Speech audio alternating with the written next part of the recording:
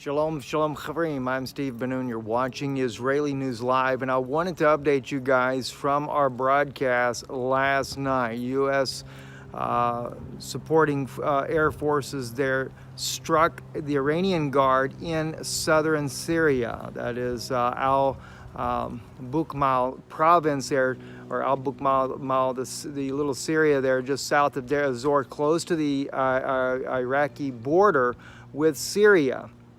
And the reports that we were getting from Ava, which we'd posted her link, she's a investigative journalist in the region there that was reporting on this. And now Amman News also has picked up on part of what this clash was all about. It's not only the Iranian Revolutionary Guard, but ISIS militants had come in from the mountains there and had actually crossed in across the Euphrates River there near Deir ez-Zor, down in the same region there, attacking the Syrian Arab army.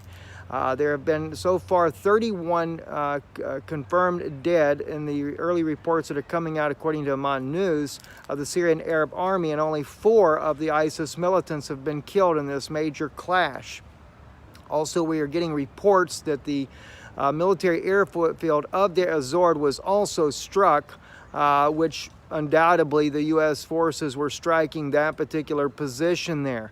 And then we run across another article, which I'll have to bring out to you guys more tomorrow once I can go deeper into this situation that is happening there in Syria.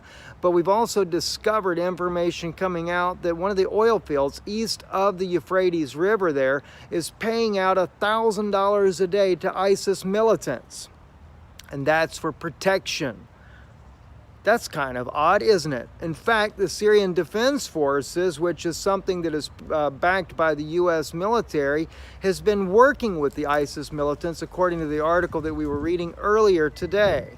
We have shared that on our Twitter account, retweeted that just moments ago. Those of you that want to follow us on Twitter, it's Israeli News Live at Stephen Ben-Nun, D-E-N-O-O-N, the name that I write under the pen name that I use there.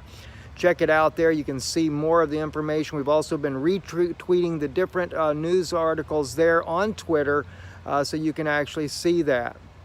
And so have to wait and see. Anyway, though, one thing I've seen about too, why is it that other outlets are not carrying this news? We got to keep in mind, there's a lot of collaborators there with jihadists over in Syria, whether it be Israeli collaboration or, and I know some people may not like hearing that, but there is a lot of collaboration. And we know this because the Jerusalem Post actually published the article that Israel, in fact, one of the former the general of the Israeli military, had admitting arming and giving cash to jihadists inside of Syria. Not to mention all the proofs we have of U.S. forces backing ISIS militants on a regular basis for many, many years as it is. So they're not wanting the world to know what's going on. If it was just the Revolutionary Guard in this attack, they probably would have picked it up. And no, I wouldn't expect RT to pick it up either, because if you think about it, RT working under Putin, he's only going to allow certain things to come out. After all, Putin does allow the attack of the Iranian forces. Doesn't matter to him if they get hit or struck or not. But the issue is that we have ISIS militants involved, and of course Syrian soldiers are dying as a result. And after finding out this connection between the ISIS militants and with the connection there of getting cash payouts from the oil fields there east of loud truck, sorry about that, east of the Euphrates River, and getting the payouts there under, that is all, those oil fields all under U.S. control. It's another one of those really awkward situations. You know, listen, I have to tell you guys straight out, what's really sad is Israel's been hijacked by a bunch of Kabbalists and Talmudists. And this is why we're involved in so many wars in the Middle East. The United States right there happily along cheering the way, and innocent people dying as a result. And why? Because there's a reptilian race.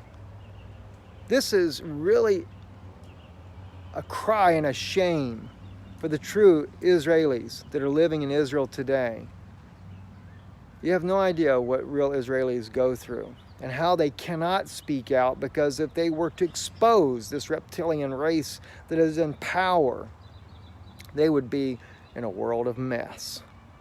You know, I ran across a scripture over in Jeremiah just recently. In fact, I was listening to the Bible yesterday just listening to the audio version of it.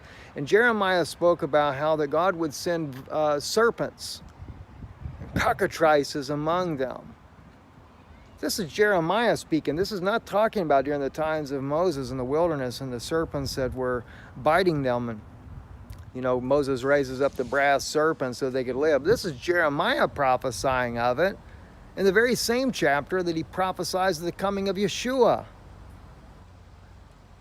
I can't help but think, because we have no other record of serpents and coming in biting the Israelis other than the wilderness journey, and for Jeremiah to prophesy of it, and then have Yeshua say about the Pharisees, you generation of vipers.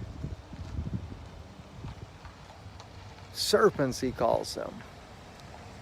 Maybe this reptilian race is exactly what Yeshua was prophesying, or Jeremiah was prophesying about, that Yeshua exposed. And the sad thing is that very same Zionist, Kabbalist, Talmudist group is in control today. No wonder why we have all the wars that are going on. Who have they bitten? Unfortunately, and you know, it's interesting, Jeremiah says they cannot be charmed. They're on a quest.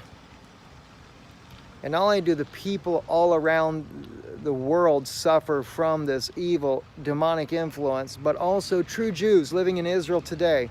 The true Jews that have come back home to see the Messiah, they are also suffering as a result of this. That's why these so-called news organizations that are believing Israelis will never tell you the truth either. They're not going to tell you. Why? It's controlled opposition, of course. I'm Steve Ben-Nun with Israeli News Live, where you will hear the truth, and not a lot of people like it. Thank you for supporting the broadcast. Thank you for watching. Shalom in a world of Ein Shalom. As Yeshua said, if they say peace and safety, there will be no peace and safety. And that's what they're trying to bring about, by the way. This utopia, New World Order, which are going to change. Yeah, they don't want nobody to know it's a New World Order, but this New World Order, one world religion with the Noahide laws, this is supposed to bring about what they call the Messianic era of what? Peace and safety. Yeshua said when they say peace and safety, don't believe it. How long does it take for people to wake up to this? Or are they still just too dumbfounded? Are they wooed? They say a snake charms you, right? Charms a little bird. A little bird can't get away from the charming that's going on. I think that's what's happening today. The people have been charmed and allured by the serpent. Anyway, we love you guys. Thank you for watching. And shalom in that world of Ein Shalom.